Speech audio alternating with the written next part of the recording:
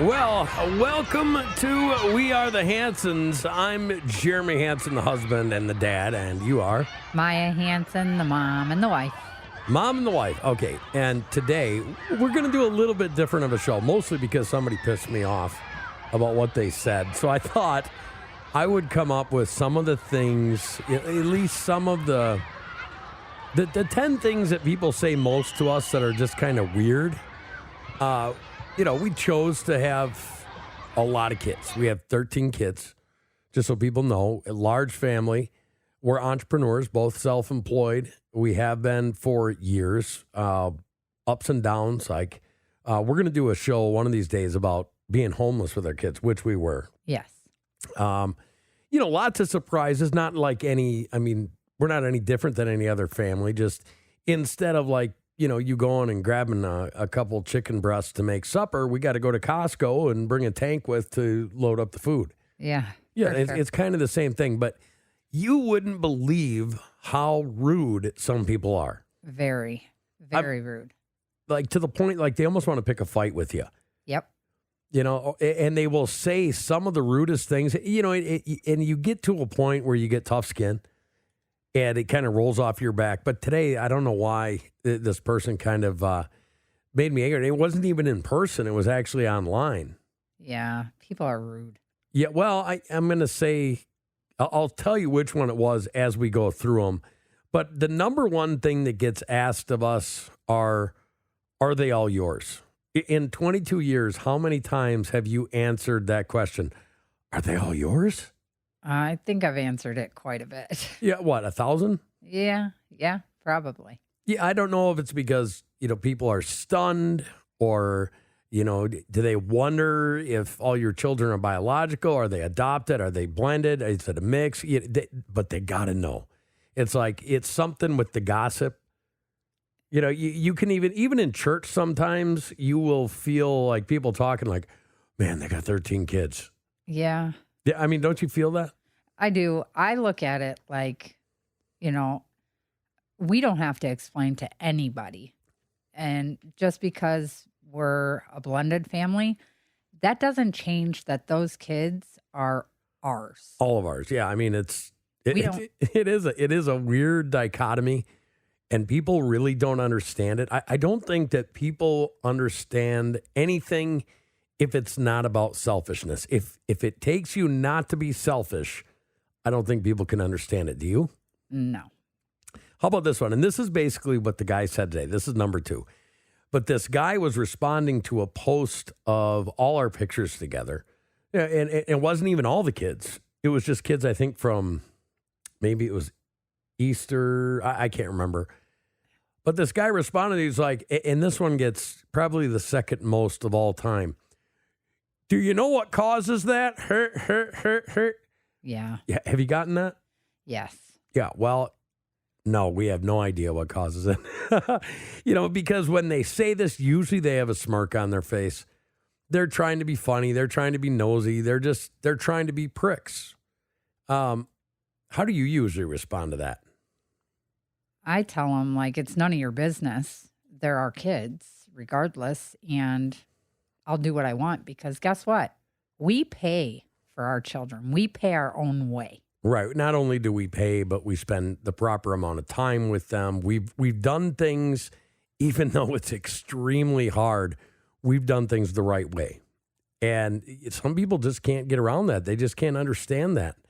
And then you get people that will say that are super tree huggers. And they will say things like, the world's overpopulated, or they'll say something like, why don't you let the rest of the world have some kids? And I'm like, hey, I'm not stopping anybody from having kids. No. You know what I mean? Here's the thing that'll really make them mad. I chose to have this many kids, especially those people. I chose this, and I did it, and I love it, and I wouldn't change my life for anything. Wouldn't change my kids for anything. Wouldn't change the struggles we went through. I wouldn't change a thing, and I absolutely love it. And if it makes you mad, well, compliments of me, I'm happy. Right. Isn't that the way you feel about it? That is how I feel.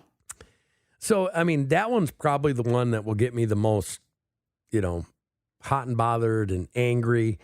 just because they're not coming usually from a place of like, how do you do this? How do you do that? They're coming from a place of like, well, you pricks, or, what's wrong with you? Or there's something wrong with you, or don't you care about this, or don't you care about that? Those type of people. Yeah.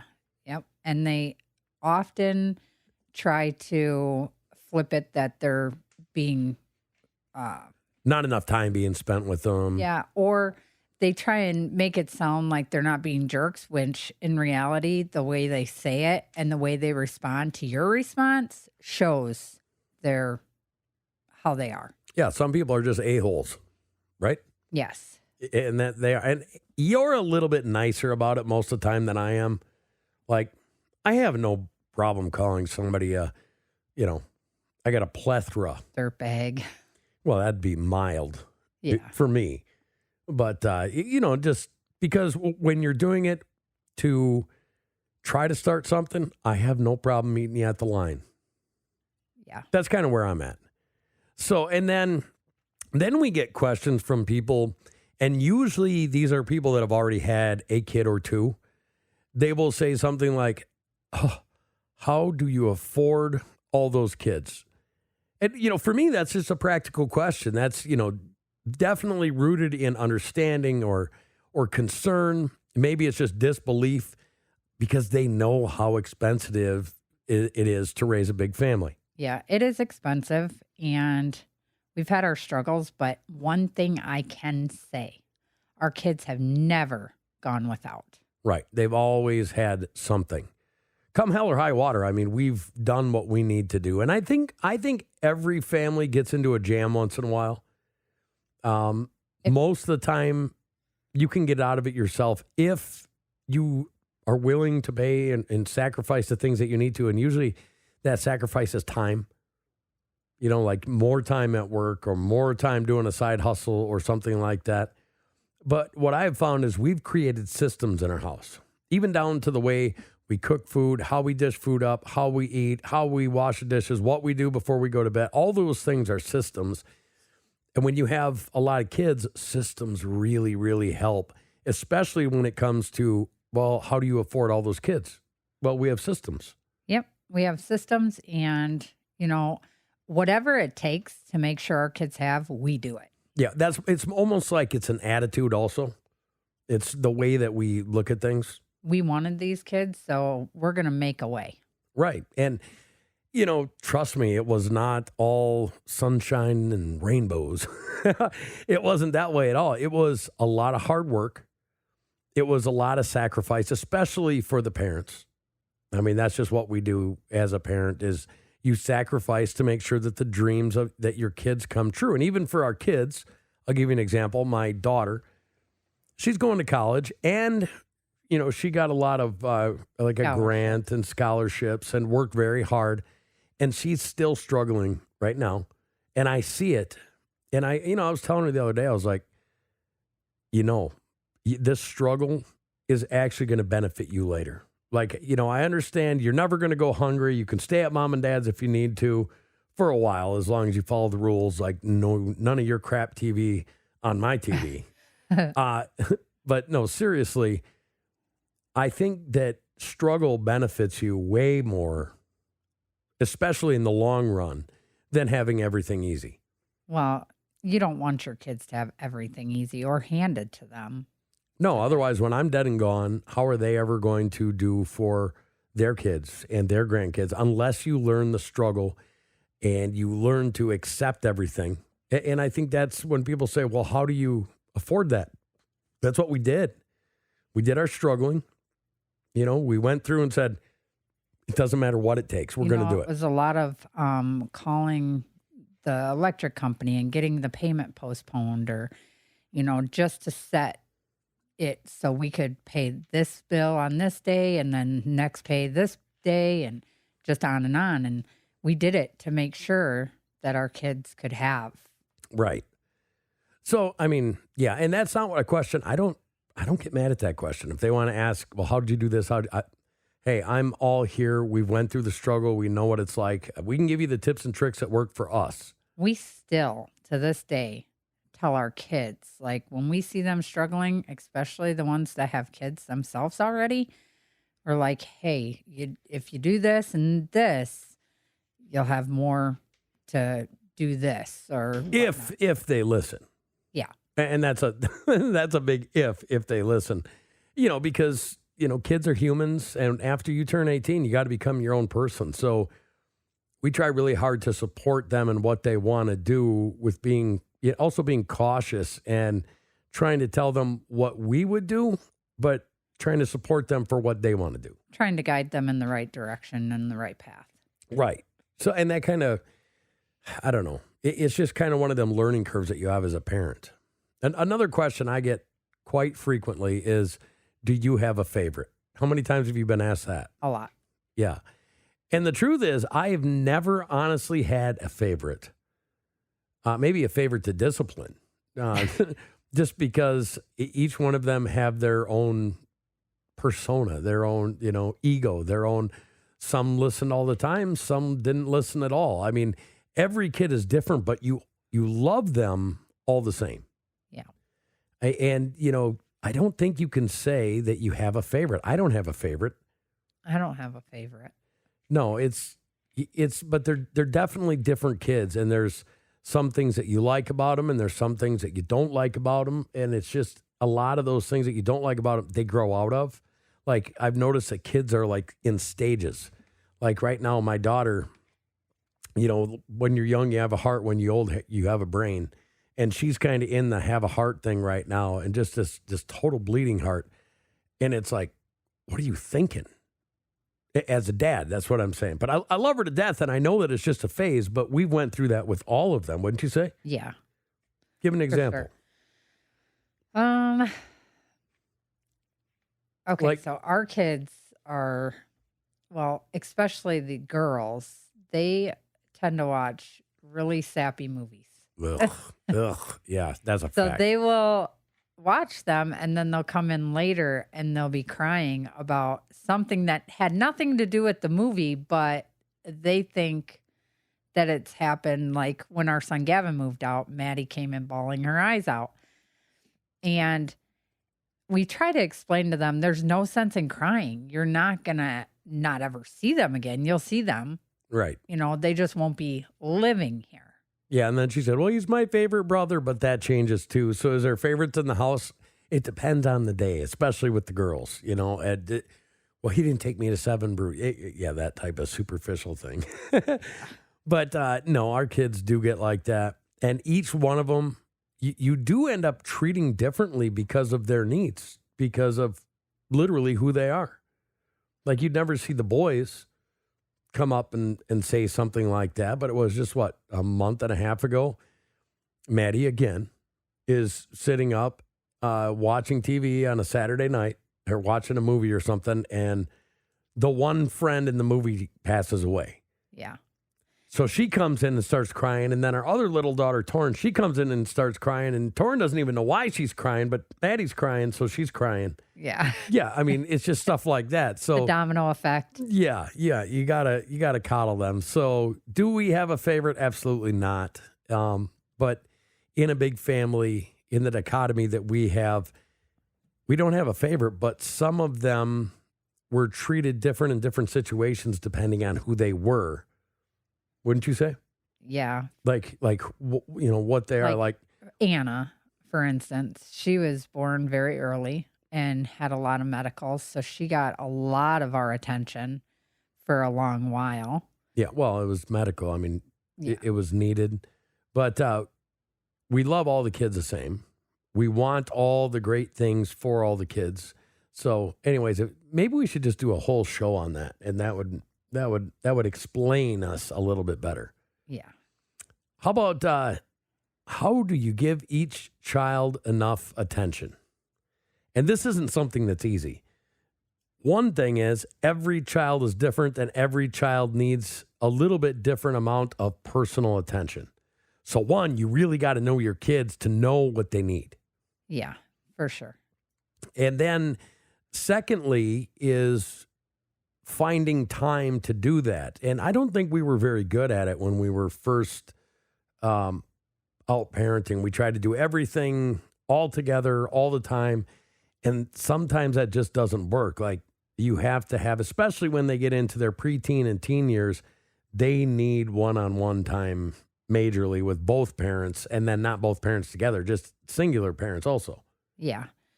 I mean, you have to manage and make time for each child. It's not just grab the child and go. You got to make that time, set it aside, and just do it. Yeah, daddy-daughter dates, or, dad-son fishing trips, or, if you go on a fishing trip together, and you're out there 6, 7, 8 hours, make sure that you go sit by each son long enough, to say, hey, or how about this, or, things like that. You can do it if you start getting creative with your time management. I think our kids really do thrive on just sitting down all together, and each one will ask questions and we answer. And that way they all know, the answer to whoever asked the question or right, whatever. So it's a family affair pretty much. Yeah, it is. So how many times have you been asked this? I actually think that you already did a podcast on this, but is your house always chaotic? It is. It is always chaotic. And you kind of adjust to it. We don't see it as much as people that come to visit us. They're like, God, your house is crazy. But to us, it's not, because we're used to it. Right. And it's always messy. I mean, you can pick up and 5 minutes later, your house looks like it's not hit. dirty. No. It's messy, like kids' toys. You pick those up 6, 7 times a day. Yeah. Put them back Or in the more. toy box, then they get ripped out. And then as a kid gets older, you're like, hey, this is part of your chores. You got to pick up your own mess here. You brought out these Legos, you brought out these dolls, these doll clothes. Better put them away. And, you teach them. So that's always fluctuating up and down. But I would say the big thing that gets our house chaotic is every kid wants to have friends. Yeah. Every single kid wants to. So each kid gets 3, 4 friends that they want to get to come over. And it's almost impossible with 13 kids. I'm glad they were spaced out a little ways, because between our 3 little ones, there might be 10, 11, 12 friends over just for a couple hours that afternoon. And you cut open like a watermelon, feeding our kids is enough. A watermelon is gone in 2 minutes? Yeah. Yeah, so you're buying 2 watermelons, and then you cut a piece and hide it for yourself.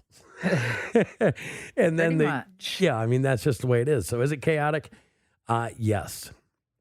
And then do you have a system or schedule to keep things running? Always. I mean, whether it's meals, whether it's laundry, whether it's getting up for school, whether it's doing chores, yes. The answer is yes. And it would take too long to explain every single system that we have to keep things running and being able to adjust the systems. Yes. How about this? Do you ever get any you time? Not a lot. No, I can tell you the husband-wife time has went way down. Way, way, way, way down. I mean, I'm talking like in the cellar down time. In the cellar. No, but, I think if you manage, and I know some people are like, oh, this is just too hectic, I don't want to manage. But I think you pretty much have to manage your life. Otherwise, it's just chaos anyways. So I don't know. I get some me time, and sometimes my me time is work time. Sometimes we get, like, after the kids go to bed. I did a podcast about this, I think, the other day. And when the kids go to sleep, we usually go hang out on the back porch for a little bit. Right. Just talk and listen to the hoot owls or whatever's out there. So does it cut down on our time? Absolutely. But do we have alone time or just like my time or her time? Yes. As much as normal people? No. Then we get this one way a lot. And sometimes this is derogatory, and sometimes it's a real question. Sometimes they're just like, are you done having kids yet? And then other people are like, so are you done having kids or are you having more?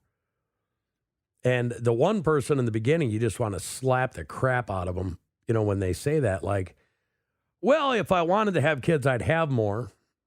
Right now, that's not in the plans, but it's none of your damn business if it was. You know what I'm saying? Yeah. That's the way I feel. Yep. How do you feel? I feel like it's none of their business. If I want more kids, I'll have more kids. That's right. My choice. Yeah. And as long as we're taking care of them and our kids are doing well, and this is the thing, a lot of people can have kids and they can keep them fed. That's not what we set out to do. We set out to make good human beings that are productive. Okay? All of our kids, all of them, obviously besides the little ones that are still live with us. They're graduated. They're all graduated. Most of them are pursuing college. Yeah, well, we got 3 of them that are done with college, have their degrees. One's a master's degree. 2 of them went into the military. One of them decided they wanted to be a cop, then wants to be an entrepreneur. But they all have life paths, and they're all good human beings to other people. And they're all working. They all work. Yes. Except for the little 3. But I don't have any lazy little bastards here in my family. No, they're not allowed to be lazy. And it's the way that you're raised. It's treat people like you want to be treated. I mean, that's so basic, but I think that so many people miss the mark because of entitlement. What do you think? Yeah. I think that, I've had a lot of people tell us that we did a fantastic job raising our children from school. Yeah, well, it's because respect also. Yes. I mean, our kids are kids like any other kid. But I think that if you demand as parents, we demand you be this way because we know what you're capable of, and they have some sort of reverence for what you think or say. I think most of the time that carries them through to be genuine and to be good people. Yeah. Like if you care what mom or dad thinks, like, did you ever do anything growing up when you're like, what's my mom going to think? Not so much my mom, but my dad. Okay, see, that's what I'm saying. One of them, and in our case, it's usually both. Like, I think that holds something. Like, I need to be respectful. I need to do this, not just for me to be a good person, but for other people. I think there's a verse about this where it talks about where much is given, much is required. Yeah. And you know what? We've been given a lot. Our children have been given a lot. In the grand scheme of things, you need to be responsible with what you're given. And I think that we've been given kind of a slice of heaven. Yeah, for sure. And finally, do the older kids help raise the younger ones? And we've gotten this some. Not very much, though. It's more so, do they help out with the kids? And the answer to that is yes. Yes. Like Morgan, she will do the younger girl's hair. But a lot of time they're not doing it because we're going somewhere. A lot of time they're doing that because it's fun. Yeah. Like, man, makeup. I mean, that starts early. That starts 6, 7 years old. They want to be like mom. They want to be like auntie, And they help, like, if we need a night out, Morgan help watches them, or Tristan. Right. Somebody will help with them. Yeah, and when we lived on the farm, we would go out and cut wood because we heated with wood. Things like that. It was a family adventure. That's what we did. But the younger ones have always learned from the older ones as well as us.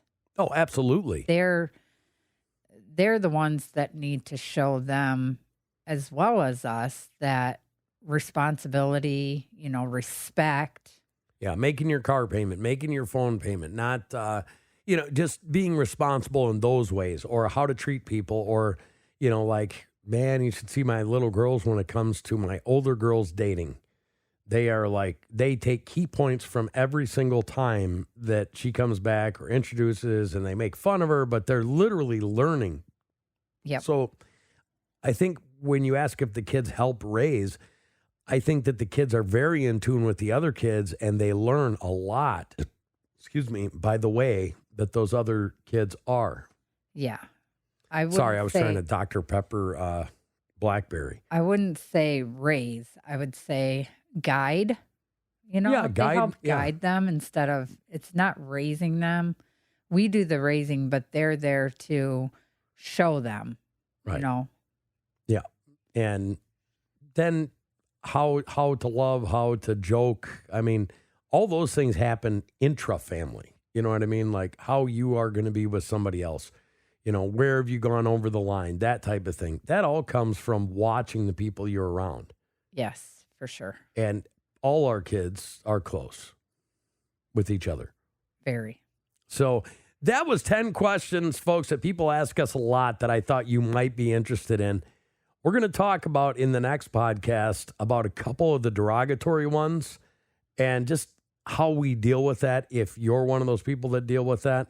So thank you for listening to We Are the Hansons. And where can they find us? You guys can find us on YouTube, and you can also send us a message on our We Are the Hansons Facebook page, or send us an email at wearethehansonsshow@gmail.com. And what's the website? wearethehansonfamily.com. wearethehansonfamily.com. Thank you for listening, folks. Have a wonderful, wonderful day.